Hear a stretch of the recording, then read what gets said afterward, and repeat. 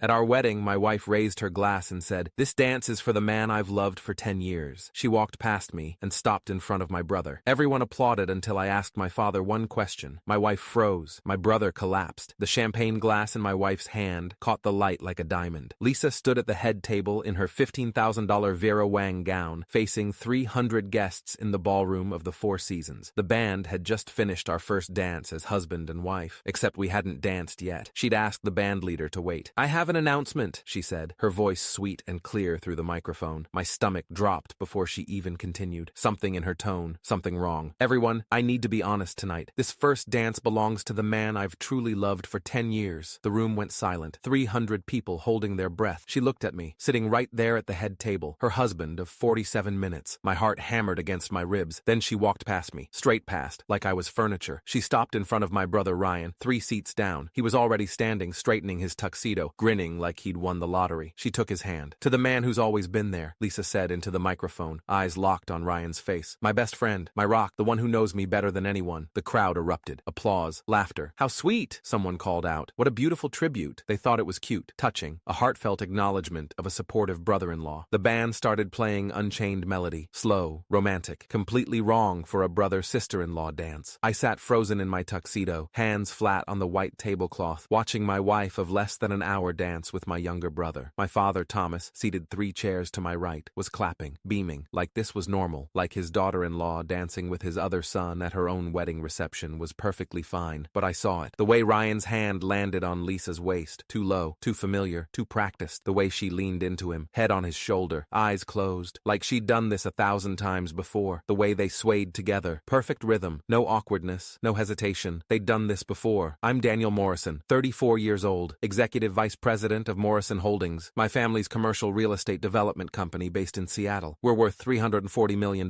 My father built the company from nothing over 40 years. I've worked there since I graduated from Wharton 12 years ago. Ryan is 29, 5 years younger, VP of Business Development, charming, gregarious, everyone's favorite, dad's pride and joy. And Lisa Chen, my wife of 47 minutes, was the daughter of David Chen, founder and CEO of Chen Industries, a manufacturing conglomerate worth $280 million. 3 months ago, Dad had called me into his office. Corner office, 40th floor, view of Elliott Bay, his power room. "You're marrying Lisa Chen," he'd said, not asked, told. "What?" "David Chen and I have been negotiating a merger for 18 months. Morrison Holdings and Chen Industries. Combined company worth over $600 million, but David has conditions. Conditions. His daughter marries into the Morrison family, creates a dynasty, ensures both families stay invested in the success of the merged entity. It's how these things work, Daniel." "Dad, I barely know Lisa. You've met her twice." "Exactly. At corporate events where we exchanged maybe 10 words. You'll get to know her. Date for a few months, get engaged, have a nice wedding. This saves both companies. The merger depends on family unity." David's insisting on it. I'd stared at him. "This is insane. People don't do arranged marriages anymore. This is 2023, not this is business, Daniel. You're the oldest son. You're the heir. This is what's required. What if I say no?" Dad's expression had gone cold. "Then Ryan becomes heir, and you can find another company to work for." I'd grown up in that company, spent 12 years building it, knew every deal, every property, every investor relationship. I couldn't walk away, so I'd said yes. Lisa and I had started dating in July. Dinner twice a week, always at nice restaurants, always polite conversation. She was beautiful, elegant, poised, perfect posture, but distant, like she was performing a role. I'd asked her once, "Do you want this marriage?" "It's what our fathers arranged," she'd said. "I'm dutiful daughter. You're the dutiful son. We'll make it work." We got engaged in September. Dad threw an engagement party for 200 people. Lisa smiled for photos, showed off her ring, 3-carat diamond, $47,000. I'd let Dad pick it out. The wedding was scheduled for December 15th, fast timeline. Dad wanted the merger finalized by year end. Ryan had volunteered to help with wedding planning. "You're swamped with work," he'd said at a family dinner in October. "Let me handle the wedding stuff. Venues, catering, flowers. I'll coordinate with Lisa. You just show up on the day." "That's a lot to ask," I'd said. "We're brothers. That's what family does." I'd been grateful. Weddings were complicated, and I had 3 major development deals closing before December. So Ryan took over. And now, watching them dance, I realized what I'd missed. The late-night planning sessions that Ryan mentioned. We're finalizing the menu. We're reviewing the seating chart. We're picking songs. Always we. Always late. Always after I'd gone to bed. The way Ryan always had her coffee order memorized. Oat milk latte, extra hot, light foam. He'd bring it to her during our family dinners. The weekend trip to Napa in November to visit potential venues. I'd been at a conference in San Diego. They'd gone alone. The hushed phone calls that ended abruptly when I walked into rooms. The inside jokes I didn't understand. hand. The way Lisa's face lit up when Ryan entered a room. The way it went neutral when she looked at me. I'd told myself it was nothing. They were planning my wedding. They spent time together. Of course, they'd develop a friendly rapport, but this wasn't friendly. This was intimate. The dance ended. 300 people applauded. Lisa and Ryan separated slowly, reluctantly. She was crying. Happy tears, apparently. They walked back to the head table. Lisa sat down next to me, dabbed her eyes with a napkin. That was beautiful, someone called out. Dad raised his glass. To family, he toasted. Everyone drank. I stood up. The chair scraped loud against the floor. Conversations died. People turned. Dad, I said, my voice carried in the sudden silence. I have a question. The band stopped playing. 300 faces stared at me. Dad's smile faltered. Daniel, sit down. This isn't the time. Since Lisa just publicly declared her love for Ryan, I said clearly, letting the words hang in the air. Are you going to tell everyone here how much of Morrison Holdings you secretly signed over to them last week? The silence was absolute. Nuclear. My father's face drained of color. Actually, drained. I watched it happen. Lisa's hand flew to her mouth. The napkin fluttered to the floor. Ryan stumbled backward, nearly knocking over his chair. What? David Chen, seated at a table near the front, stood up abruptly. His chair toppled. Thomas, what the hell is he talking about? Nothing, my father stammered. His hands were shaking. I'd never seen my father's hands shake. He's confused. Wedding stress. He doesn't know. 49%, I interrupted. I pulled out my phone, held it up high so everyone could see. Transferred to Ryan Morrison and Lisa Chen Morrison as joint owners. Dated December 8th, 1 week before our wedding. I'd pulled up the photo I'd taken 6 nights ago. Clear image of the stock transfer agreement. Dad's signature, Ryan's signature, Lisa's signature as Lisa Chen, because she hadn't been Lisa Morrison yet. The document that gave them controlling interest in Morrison Holdings the moment Lisa and I got married. The room exploded. Gasps, shouts, chairs scraping, voices overlapping. Let me see that. Is this real? Thomas, answer him. David Chen pushed through the crowd, shoved past his wife, past business partners, past board members from both companies. He grabbed my phone out of my hand, stared at the screen. His face turned purple. Actually, purple. You told me this was a partnership, he hissed at my father. You said your son, your eldest son, would run the merged company. Not that you were handing control to them. It's not. I can explain, Dad tried. He was on his feet now, hands up, defensive posture. Explain what? David's voice rose. That you lied to me? That this whole merger was a scheme to cut out Daniel and give everything to your other son and my daughter? David, listen. No, you listen. The deal was predicated on our children marrying and Daniel running the merged entity. That's what we agreed to. Lisa was sobbing, mascara running down her perfect makeup, but she wasn't denying anything, just crying. Ryan tried to speak. Dad, just let me. Shut up, Thomas snapped. He pointed at Ryan. Don't say a goddamn word. He turned to me, eyes wild.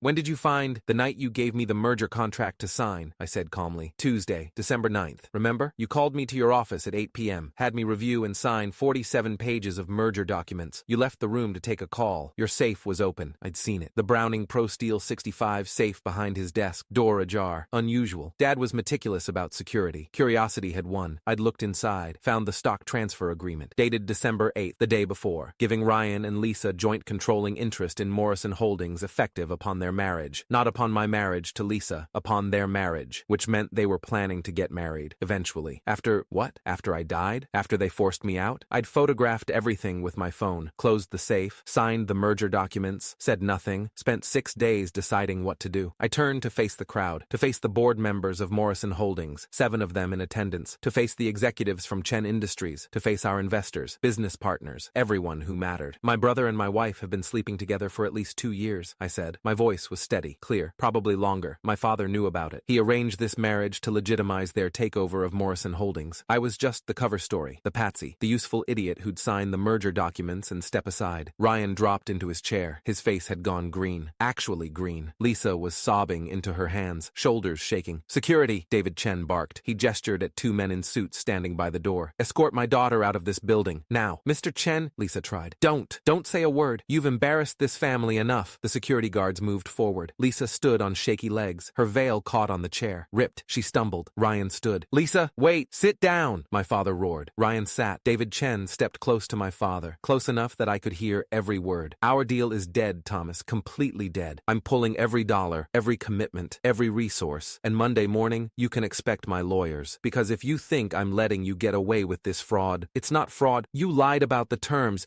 You misrepresented the structure. You concealed a material conflict of interest. That's fraud, Thomas, and I'm going to bury you. Board members surrounded my father, all 7 of them. Robert Chen, our CFO, 23 years with the company. Patricia Morrison, my aunt, board member for 15 years. Michael Chen, David's brother, representing the Chen Industries interests. interests. Thomas, what the hell were you thinking? This gives Ryan control of the company. Were you planning to force Daniel out? The investors will revolt. The merger's dead. Everything's dead. My father tried to speak, tried to explain, but 7 voices drowned him out. Ryan tried to leave, stood up, headed for the exit. 2 groomsmen, my college friends Marcus and James, moved to block him. Where do you think you're going? Marcus said. I need to check on Lisa. You need to stay right here and explain what the fuck you just did to my best friend. Ryan looked at me. Daniel, I'm sorry. You didn't mean to sleep with my wife? I said. Or you didn't mean to steal my company? It's not like that. Then what is it like, Ryan? Please, explain it to me. Explain to everyone. 300 people staring, waiting. He couldn't. He just stood there, mouth opening and closing like a fish. Lisa appeared at my elbow. She'd broken away from security, grabbed my arm with both hands. Please, she begged. Mascara everywhere, lipstick smeared. I can explain. It's not what you think. Ryan and I pulled my arm away. You already explained, on the dance floor, when you told 300 people that Ryan is the man you've loved for 10 years. I didn't mean, you meant it. And honestly, I'm glad you did, because now everyone knows exactly who you are. I walked away from the head table, away from Lisa, away from Ryan, away from my father who was now arguing with David Chen and the board members and what looked like half the guest list. Marcus fell into step beside me. Holy shit, man, you just nuked your own wedding. It wasn't my wedding, I said. It was theirs. I was just the prop. What are you going to do? Leave. And then? Call my lawyer, contest the stock transfer, probably sue everyone, divorce Lisa, disinherit Ryan if I can figure out how. Jesus. We walked out of the Four Seasons ballroom. Behind us, I could hear shouting, my father's voice, David Chen's voice, Lisa crying, Ryan trying to explain something to someone. The lobby was quiet. Marble floors, chandeliers, Christmas decorations, because it was December 15th. I sat down on a velvet couch, pulled out my phone, called Jennifer Walsh, my personal attorney, partner at Morrison & Associates, different Morrison, no relation, 26 years practicing corporate and family law. She answered on the second ring. Daniel, aren't you supposed to be at your wedding? I am. It's complicated. I need you. What happened? Lisa declared her love for my brother in front of 300 people. Turns out they've been having an affair for years, and my father secretly transferred 49% of Morrison Holdings to them a week ago. Silence. Then, I'm coming to you. Where are you? Four Seasons. Lobby. 20 minutes. She hung up. Marcus sat next to me. You okay? No, but I will be. That took balls, man. Standing up in front of everyone. It was either that or spend the next year figuring out how to fight them in secret. This way, everyone knows. No hiding, no cover-ups, no plausible deniability. Your dad's going to lose his shit. My dad already lost his shit. Did you see his face? I saw him try to murder you with his eyes. He'll get over it, or he won't. Either way, he chose Ryan over me. That's done. Jennifer Walsh arrived 18 minutes later, 51 years old. Gray hair in a sleek bob, Armani suit, 4-inch heels. She looked like someone's elegant grandmother and fought like a junkyard dog. She sat across from me, pulled out an iPad. Tell me everything. I did. The arranged marriage, the planning sessions, the red flags, finding the stock transfer agreement, the wedding toast, the confrontation. Jennifer took notes, asked questions, got details. The stock transfer is invalid, she said finally. How? You're an existing shareholder. 41%, correct? Yes. Any transfer of more than 20% of company shares requires shareholder approval. Your father can't unilaterally give away 49% without your consent. That's in the company bylaws. I never consented. Exactly. The transfer is void. We'll file an emergency injunction Monday morning. But Daniel, she looked at me seriously. This is going to get ugly. Your father, your brother, your wife, they're all going to fight this. Let them. Your father will claim he was acting in the company's best interest. Ryan will claim he's a legitimate heir. Lisa, I don't know what Lisa will claim, but they'll come at you hard. I have the photos. I have witnesses to what Lisa said tonight. I have 300 people who saw her dance with Ryan like they'd been married for years. It helps, but this is about corporate control, family dynamics, succession. It's going to be complicated. Then complicate it. I want everything. Full investigation into the transfer, audit of all company finances, review of every decision my father has made in the past 5 years. Find out if there's more. You think there's more? I think my father has been planning this for a while. I want to know how long, and I want to know what else they've done. Jennifer made more notes. I'll file for emergency relief Monday, freeze all stock transfers, prevent any changes to corporate structure. We'll also file for divorce immediately. Lisa signed a prenup, correct? Yes, standard. She gets nothing if the marriage ends in the first year. Good. We'll enforce it. And Daniel, she paused. Are you sure about this? Once we start, there's no going back. You're essentially declaring war on your family. They declared war first. I'm just returning fire. She nodded. Then let's burn it all down. The dominoes fell fast. Monday morning, Jennifer filed emergency motions in King County Superior Court. Judge Patricia Morrison, no relation, granted a temporary restraining order preventing any transfer or sale of Morrison Holdings stock pending a hearing. My father received the papers at 9:47 a.m., called me 17 times. I didn't answer. Ryan left 11 voicemails, deleted without listening. Lisa's lawyer, Michael Chen, her uncle, called Jennifer, requested a meeting. Jennifer declined. You can respond to our divorce petition in writing. The board of Morrison Holdings held an emergency meeting Tuesday morning. My father was formally suspended as CEO pending investigation. Patricia Morrison, my aunt, was named interim CEO. She called me Tuesday afternoon. Daniel, I had no idea what Thomas was planning. None of us did. I believe you. He's claiming he was trying to ensure succession, that Ryan was better suited to run the company, that you were resistant to taking on leadership. That's bullshit. I've run half the company for 5 years. I know. The board knows. We're reviewing everything. Every decision Thomas has made for the past 3 years. We'll get to the bottom of this. Wednesday, the investigation found more. Ryan had been receiving unauthorized bonuses. $340,000 over 2 years. Approved by Dad. Not disclosed to the board. Lisa had been hired as a consultant to Morrison Holdings 8 months ago. $15,000 per month. For services never rendered. Also approved by Dad. Also not disclosed. My father had been funneling company money to them for years. Building their loyalty. Buying their cooperation. Thursday, David Chen called me. Daniel, I owe you an apology. For what? For pushing the merger. For agreeing to the marriage arrangement. I thought it was old-fashioned but harmless. I didn't know Lisa and Ryan were involved. I didn't know Thomas was deceiving us both. Did you know Lisa didn't want to marry me? I knew she was resistant, but I hoped, she'd grow to care for you. She's my daughter. I want her to be happy. I thought this would make her happy. It didn't. I know, and I'm sorry. The merger is dead. The engagement is off, obviously. But I want you to know, you have my respect. What you did at that wedding took courage. Or stupidity. No, courage. You stood up to your father in front of everyone. You exposed the truth. That's not stupidity, that's integrity. Friday, Lisa called. I answered. Mistake. Daniel, please, we need to talk. We don't. I'm sorry, I'm so sorry. I never meant to hurt you. Ryan and I, it just happened. We didn't plan it. We fell in love, but I shouldn't have agreed to marry you. That was wrong. I see that now. You shouldn't have stolen money from my company.